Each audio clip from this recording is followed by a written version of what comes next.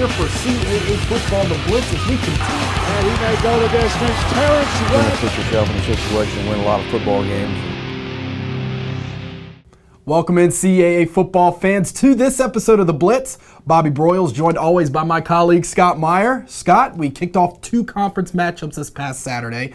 What did you see out of those 2 games that could hint on what is to come this year in the conference race? I mean, taking a look back at Saturday's action, you see that Towson is just as good as advertised. There's a reason why they were preseason #1 in the conference.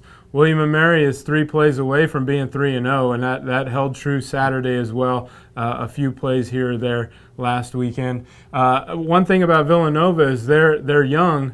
They need to get started a little bit earlier inside of games and not be a second-half team. I think the youth may be playing a factor in that, but certainly something worth taking a look at. And Rhode Island is decimated by injuries on the defensive side. They really need Zacco and Johnson, who are hurt, presumably out for the rest of the year.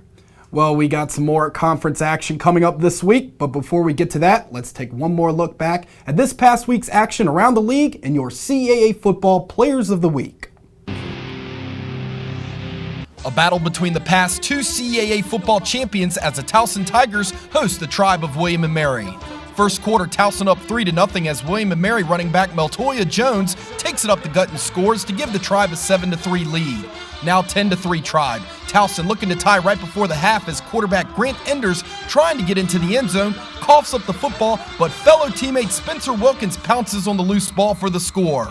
13-10 Towson in the third as Enders rolls out and connects with Aaron Banks as he lunges in for the touchdown. Tigers up 10. The Tribe would answer on the next drive as quarterback Rafael Fortis finding his tight end Nolan Kearney to cut the Tiger lead to 3. Last chance for the Tribe on 4th down. Ortiz gets it to Jones, but he falls short of the first down marker as the Tigers pick up their first win of the year with a 20-17 victory over William & Mary. The Villanova Wildcats open up their conference play, hosting the Rhode Island Rams. Wildcats up 7-0 in the first until Rhode quarterback Bob Benson connects with his receiver Billy Morgan for the 25-yard touchdown. Rhode Island would take the 10-7 lead at the half. Villanova would turn up the ground game in the second half as quarterback John Robertson plunges in on the quarterback sneak to give the Wildcats the 14-10 lead. Now 24-10 Villanova in the fourth quarter. Running back Kevin Manungai takes the handoff and races to the end zone for his second touchdown of the game as the Wildcats, with 244 yards on the ground, knock off Rhode Island 31-10.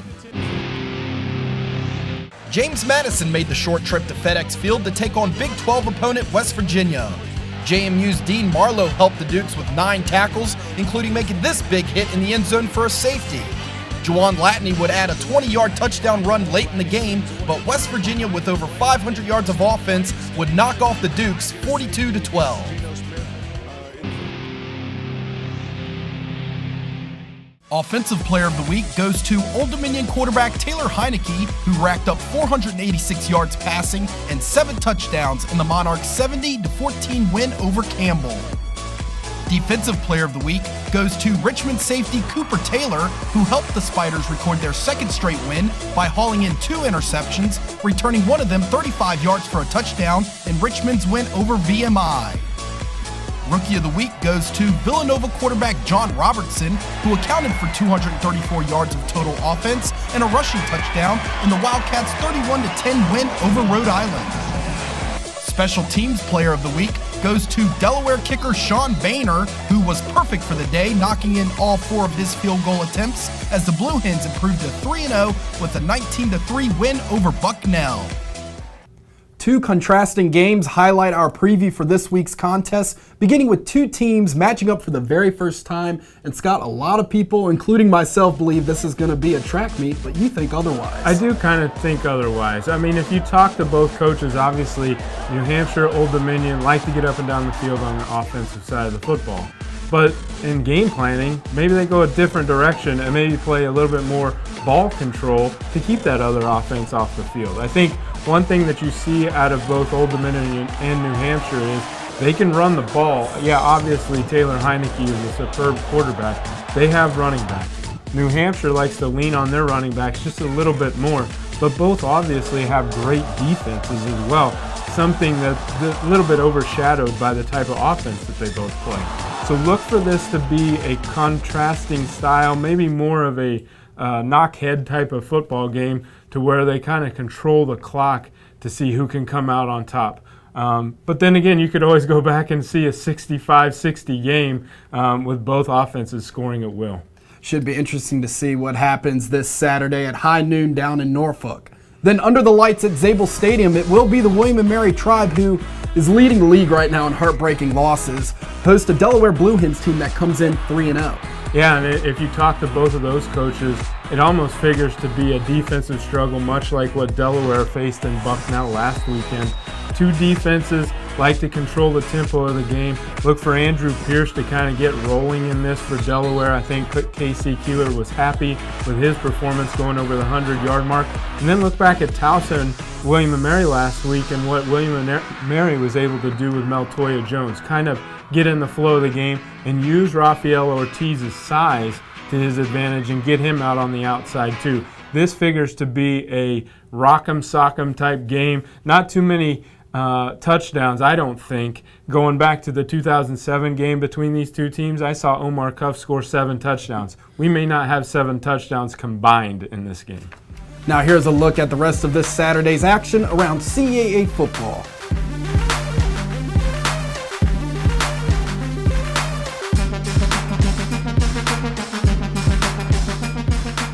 Remember, folks, to log on to CAAfootball.com for all the latest information going on around the league. And Scott, we also want to talk about fans participating and listening in to the live coaches teleconference on CAAfootball.com. Yeah, Bobby, every Monday, 10 a.m. to noon, we host a teleconference for our media members, but we live stream it, audio cast it on CAAfootball.com. We encourage all of our CAA football fans to get on CAAfootball.com or even CAAsports.com.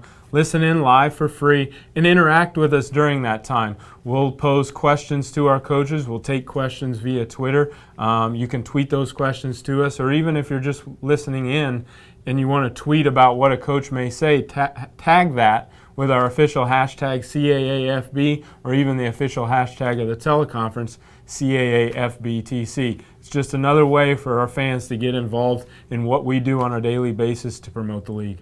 Once again, fans, you can listen in on the CAA Football Weekly teleconference Monday mornings from 10 a.m. to noon on CAAfootball.com. Tune in next week for another episode of CAA Football The Blitz. Scott and I will be here as we get you ready for another exciting week of CAA football as the conference race begins to heat up in the last weekend of September.